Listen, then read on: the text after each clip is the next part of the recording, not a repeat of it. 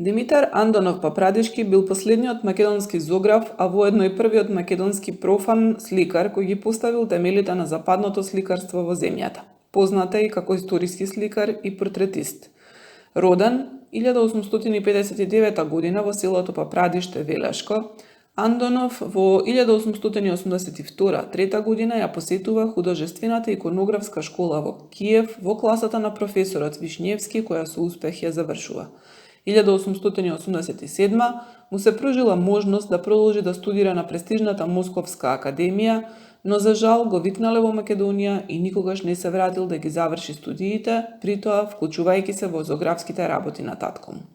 Папрадишки е еден од првите сликари кои ја манифестирале свеста за пејзажот како самостоен жанр во областа на штафелајното маслено сликарство. Сликата е еден од најраните примери на современ пејзаж во македонското сликарство. Представата на крава покрај поток представува израз на непосредна сензација и класична рурална инспирација. Сите елементи во пејзажот се статични, а пиктуралната наслоеност придонесува да не се почувствува струење на воздух или треперење на светлина. Сликата дише во статичен ритам и затвореност на просторот во себе.